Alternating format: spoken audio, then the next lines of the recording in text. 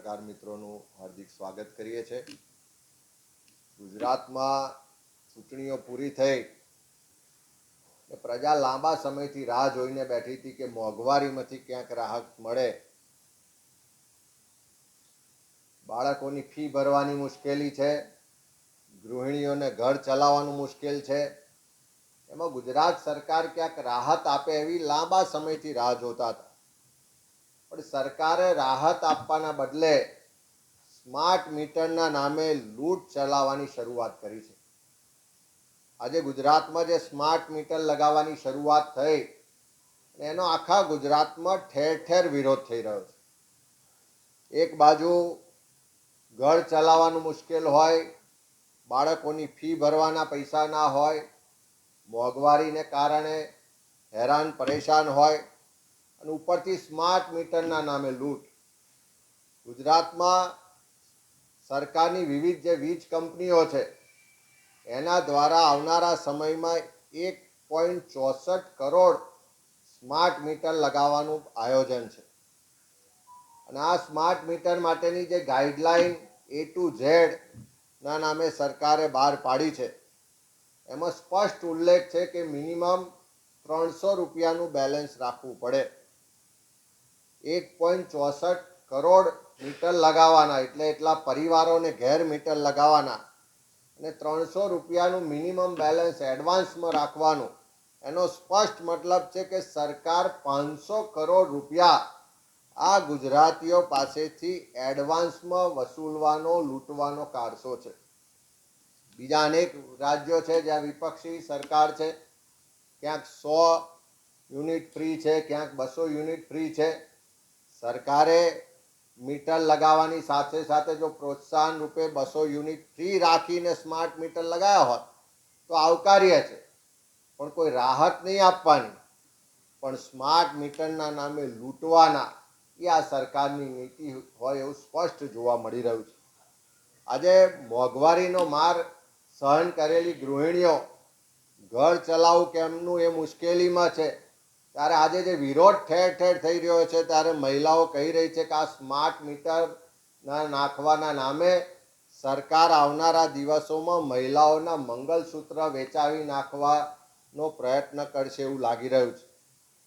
અને બીજી બાજુ જ્યારે સ્માર્ટ મીટરનો હજુ તો પાયલોટ પ્રોજેક્ટ થયો હતો તો ફરજિયાત શું કામ કરવામાં? સ્માર્ટ મીટર ફરજિયાત શું કામ? તમે પ્રજાને ઓપ્શન કેમ નથી આપતા કે મરજિયાત પણ હોઈ શકે કે જેને સ્માર્ટ મીટર લગાવવું હોય સ્માર્ટ મીટર લગાવે, જેને સ્માર્ટ મીટર ના લગાવવું હોય એ જૂના મીટરથી પણ ચલાવે? પણ દરેકને ધાક ધમકી દબાણ ને પોલીસનો ઉપયોગ કરીને ફરજિયાત સ્માર્ટ મીટર લગાવવાનો ઠેર ઠેર વિરોધ થઈ રહ્યો છે। આજે વડોદરા હોય, રાજકોટ હોય, સુરત હોય કે જ્યાં જ્યાં મીટર લગાવવાની શરૂઆત થઈ દરેક જગ્યાએ ગ્રાહકોની એક જ ફરિયાદ છે કે પહેલાં જ આ મીટરમાં છબરડા જોવા મળી રહ્યા છે, મીટરો ફાસ્ટ ફરી રહ્યા છે, એમાં જે રિચાર્જ કરવામાં આવે છે એ ઝડપથી કપાઈ જાય છે, પહેલાં કરતાં અનેક ગણું વધારે બિલ આવતું હોય એવું લોકોની ફરિયાદ છે।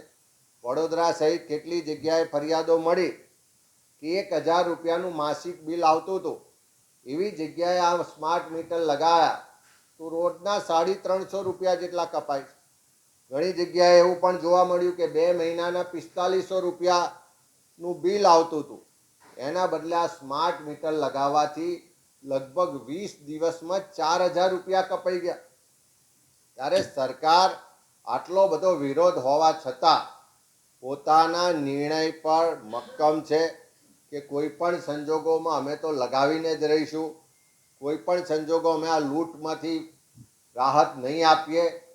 તો અમારી માગણી સરકાર પાસે છે કે સરકાર સ્માર્ટ મીટરનો વિકલ્પ આપે। શું કામ સ્માર્ટ મીટર ફરજિયાત રાખ્યા છે? સ્માર્ટ મીટરમાં ટેકનોલોજીની વાત કરો છો, રિચાર્જની વાત કરો છો તો મોબાઈલમાં પણ પોસ્ટપેડ ને પ્રીપેડના ઓપ્શન હોય છે, તો સ્માર્ટ મીટરમાં પણ પોસ્ટપેડ ને પ્રીપેડના ઓપ્શન શું કામ નથી? સાથે સાથે આમાં રિચાર્જ કરાવવું પડે, જો રિચાર્જ પૂરું થઈ જાય તો અડધી રાત્રે પણ લાઇટો બંધ થઈ જાય, બાળકોને ભણવાનો સમય હોય, રસોઈનો સમય હોય પણ તમારા મીટરમાં જો રિચાર્જ પૂરું થઈ ગયું તો તાત્કાલિક લાઇટ બંધ થઈ જાય. અને આ રિચાર્જ કરાવવું હોય તો તમારે સ્માર્ટફોન જોઈએ. ગરીબ અત્યારે સ્માર્ટફોન ક્યાંથી લાવે? જો સરકારને લૂંટવા માટે સ્માર્ટ મીટર લગાવવા હોય તો જોડે જોડે સરકારે ગરીબોને સ્માર્ટફોન પણ આપવા પડશે. તો શું સરકાર સ્માર્ટફોન આપવાની છે? ત્યારે આવા જે તગલગી નિર્ણયો થાય છે અને એની સામે જે વિરોધ છે એને લઈને અમારી સરકાર પાસે સ્પષ્ટ માગણી છે કે જો તમારે સ્માર્ટ મીટર લગાવવા હોય તો પહેલાં 200 યુનિટ વીજળી ફ્રી આપો. તમે સ્માર્ટ મીટર લગાવવા હોય તો એનો વિકલ્પ આપો કે જેને લગાવવા હોય એ લગાવે, જેને ના લગાવવા હોય ના લગાવે. તમે એને ફરજિયાત ના કરો. અને ત્રીજા નંબરે, જો સ્માર્ટ મીટર લગાવવા માટે તમે પ્રશાસન, પોલીસ અને સરકારી તંત્રનો દુરુપયોગ કરીને લોકોને ડરાવી દબાવીને જો ફરજિયાત લગાવશો તો જે રીતે આજે વિરોધ વંટોળ ઊભો થયો છે, જે રીતે આજે મહિલાઓ સહિત આખા પરિવારો રસ્તા પર ઉતર્યા છે, તો કોંગ્રેસ એ પરિવારોની સાથે છે. આવનારા સમયમાં પ્રજાને લૂંટવાવાળા સ્માર્ટ મીટર સામેની જે પણ લડાઈ છે એમાં કોંગ્રેસ પક્ષ પ્રજાની સાથે રહી અને જરૂર પડે તો જબરજસ્તીથી લગાવવામાં આવતા સ્માર્ટ મીટર સામે સવિનય કાનૂન ભંગની લડાઈ પણ કોંગ્રેસ પક્ષ શરૂ કરશે. અને સરકારની આ જોહુકમી ગુજરાતીઓને લૂંટવાનો જે કારસો છે એની સામે સખત વિરોધ કરવામાં આવશે. નિર્ણયો તમે જોશો તો ક્યાંક ને ક્યાંક પોતાના માનીતા મળતિયા ઉદ્યોગપતિઓને ફાયદા કરાવવા માટેના નિર્ણયો થાય છે. અને એનાથી ક્યાંક ખેડૂતોને નુકસાન થતું હોય, ક્યાંક ગ્રાહકોને નુકસાન થતું હોય, ક્યાંક સામાન્ય નાગરિકોને નુકસાન થતું હોય, સમસ્યાઓ ઊભી થતી હોય તો એની કોઈ ચિંતા સરકાર કરતી નથી. અને એટલા જ માટે આવા નિર્ણયો લાવી અને પ્રજાને લૂંટવામાં આવે છે અને પોતાના માનીતાઓને ફાયદો કરાવવામાં આવે છે. ત્યારે એવા જ સંજોગોમાં જે આ સ્માર્ટ મીટર લગાવવાની ગુજરાતમાં શરૂઆત થઈ છે અને પહેલે દિવસથી જે વિરોધ થયો છે એનાથી એટલું સ્પષ્ટ છે કે તમારે હજુ લોકો સાથે જે પરામર્શ થવો જોઈએ એ પણ તમે નથી કર્યો. લોકોમાં જે જાગૃતિ લાવવી જોઈએ એ પણ તમે લાવવામાં નથી આવી. અને તમારી જે ઈચ્છા છે કે તમારી જે લોકો માટેની ભાવના છે એ પણ સ્પષ્ટ નથી. અને એના જ કારણે લોકો વિરોધ કરી રહ્યા છે કે તમે કાયદાની પણ ઉપરવટ જઈને તમારું શાસન કામ કરે છે, લોકોની પરેશાનીની પણ તમને કોઈ ચિંતા નથી. તો સ્પષ્ટ રીતે તમામ સ્તરે વિરોધ થઈ રહ્યો છે અને વિરોધ આવનારા સમયમાં રસ્તા પર ઉતરીને પણ થશે. એની માટેની લડાઈ વિધાનસભા હોય કે લોકસભા હોય એમાં પણ લડવામાં આવશે. અને એક રાજકીય પાર્ટી તરીકે જ્યારે પ્રજા વિરોધ કરતી હોય તો એની સાથે રહીને જરૂર પડે તો આવનારા દિવસોમાં સવિનય કાનૂન ભંગની લડત પણ લડાશે. અને આજે પ્રજાને લૂંટવા માટે અને પોતાના માનીતાઓને ફાયદો કરાવવા માટેની પોતાની તિજોરીઓ ભરવા માટેની નીતિ છે એનો સ્પષ્ટ વિરોધ કરવામાં આવશે. એક બાજુ મોંઘી વીજળી છે એમાં કોઈ રાહત મળતી નથી, ગ્રાહકોને જે સુવિધા મળવી જોઈએ એ સુવિધામાં કોઈ વધારો થતો નથી, પણ પોતાની કંપનીઓ દ્વારા દિન પ્રતિદિન આવા નિર્ણયો લઈ અને પ્રજાના ખિસ્સામાંથી કેવી રીતે લૂંટ ચલાવવામાં આવે એવો જે પ્રયત્ન થઈ રહ્યો છે એનો સખત વિરોધ કરવામાં આવશે. ગુજરાતમાં દારૂબંધી છે તેમ છતાં વિદેશી દારૂ ગલીએ ગલીએ પહોંચી જાય, ગુજરાતના દરિયાકાંઠાથી અબજો રૂપિયાનું ડ્રગ્સ ગુજરાતમાંથી આવી જાય. આ બધી જ બાબતો બતાવે છે કે ગુજરાતનું ગૃહ ખાતું એ રાજ્યના મુખ્યમંત્રીશ્રીના હસ્તક છે. એ ગૃહ ખાતું ને રાજ્યની સરકાર ગુજરાતમાં કાયદો વ્યવસ્થાની પરિસ્થિતિ જાળવવામાં, ગુજરાતના લોકોની સુરક્ષા જાળવવામાં અને ગુજરાતીઓનું જે સલામતી માટેનું સ્વપ્ન હતું એ સાચવવામાં બધી જ રીતે નિષ્ફળ રહી છે. અને એના જ કારણે વારંવાર ડ્રગ્સ અહીંયા ગુજરાતમાં આવી જાય છે, ગલીએ ગલીએ દારૂ મળે છે, મોટા પ્રમાણમાં હથિયારોથી લઈને ઇલીગલ પ્રવૃત્તિ ચાલે છે અને આજે આતંકવાદીઓ પણ પકડાય. તો ગુજરાતનું ગૃહ ખાતું કરે છે શું? ખાલી વિપક્ષની જાસૂસી કરાવે છે. ગુજરાતનું આઈબી કરે છે શું? ખાલી વિપક્ષની દેખરેખ રાખવાની કે એની જાસૂસી કરાવવાની. આખું ગૃહ ખાતું સરકારના રાજકીય એજન્ડા મુજબ કામ કરવામાં વ્યસ્ત છે અને બીજી બાજુ ગુજરાતની જનતાની સુરક્ષા, ગુજરાતના યુવાનોનું ભવિષ્ય ભગવાન ભરોસે છોડીને કામ કરતી આ સરકારને અમારે સ્પષ્ટ કહેવું છે કે આ ગૃહ ખાતાનો રાજકીય એજન્ડા મુજબ કે રાજકીય જે હરીફો છે એની માટે કામ કરાવવા માટે ઉપયોગ ઓછો કરો અને ગુજરાતની જનતાની સુરક્ષા માટે આ વિભાગ કામ કરે એ માટે મુખ્યમંત્રીશ્રીને સરકાર ધ્યાન આપે એવી ખાસ એમાં અમારી લાગણી છે. એવું થયું કે ચૂંટણી પત્યા પછી પકડાયા, ને તો દર વખત ચૂંટણી જાહેર થાય અને ઉમેદવારી ફોર્મ ભરવાની શરૂઆત થાય એ દરમિયાન પકડાતા હતા. પણ કદાચ દિલ્હીથી મેસેજ મોડો આવ્યો છે એટલે આ જે ફિક્સ સ્ક્રિપ્ટ છે એ થોડા દિવસ મોડી જાહેર થઈ. પણ ગુજરાતમાં આતંકવાદી પકડાય એ જ ગંભીર બાબત છે કે આટલું આપણી પાસે આઈબીનું નેટવર્ક છે. હવે તો ટેકનોલોજીનો જમાનો છે.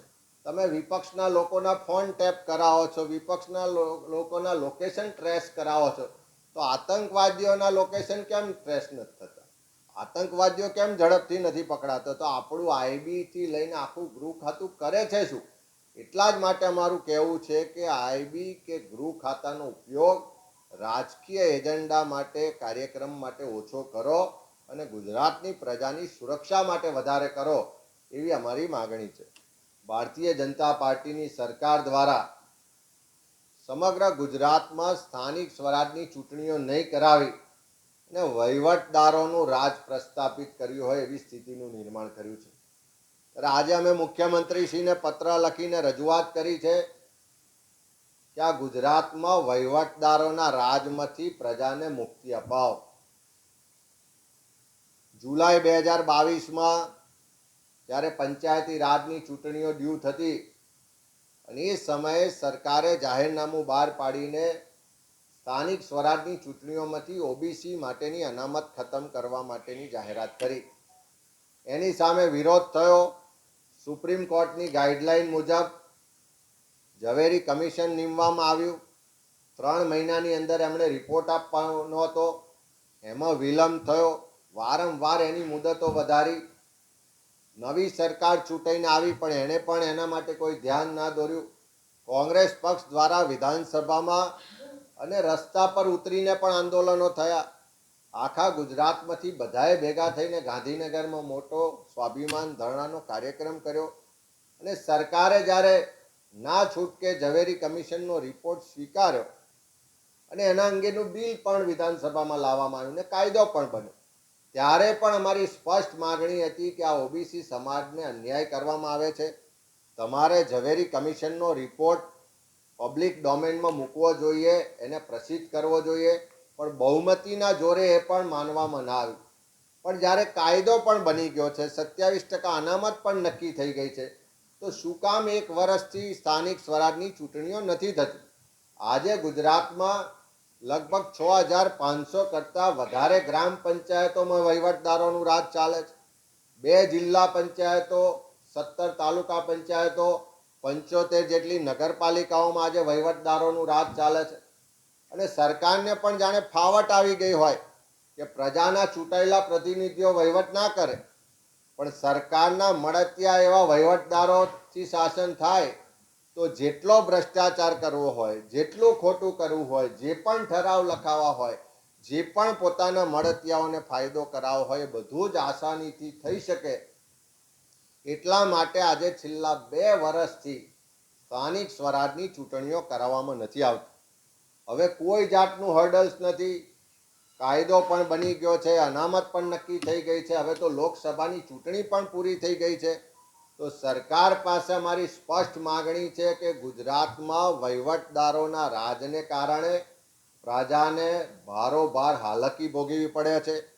રોજ પંચાયત હોય કે નગરપાલિકા હોય, એના જે વહીવટદારો છે, જે તલાટી કે ચીફ ઓફિસર છે, એની પાસે 3-3, 4-4 ગામના કે 3-3, 4-4 નગરપાલિકાના ચાર્જ છે. એ નિયમિત ત્યાં હાજર નથી રહેતા, એટલે લોકોને પોતાના રોજિંદા કામ માટે ધક્કા ખાવા પડે છે. મોટા પ્રમાણમાં ભ્રષ્ટાચાર થાય છે. અને ભ્રષ્ટાચાર સીધો પંચાયતથી લઈને ગાંધીનગર સુધી, નગરપાલિકાથી લઈને ગાંધીનગર સુધી આખા છેડા જોડાઈ ગયા છે. એટલે આ ભ્રષ્ટાચારમાંથી પણ સરકાર બહાર આવે, આ વહીવટદારોના રાજમાંથી પણ સરકાર બહાર આવે અને તાત્કાલિક રાજ્ય ચૂંટણી પંચને કહી અને સ્થાનિક સ્વરાજની જે ચૂંટણીઓ છેલ્લા 2 વર્ષથી નથી થઈ એ ચૂંટણીઓ તાત્કાલિક કરાવે એવી અમે માગણી કરીએ છીએ. અને ગુજરાતની જે પ્રજાની પરેશાની છે, જે વહીવટદારોના રાજમાં પ્રજા લૂંટાઈ રહી છે, હેરાન પરેશાન થઈ રહી છે, આ વહીવટદારોના રાજમાંથી ગુજરાતની જનતાને મુક્તિ અપાવવા તાત્કાલિક સ્થાનિક સ્વરાજની ચૂંટણીઓ કરાવવામાં આવે એવી અમે માગણી કરીએ છીએ.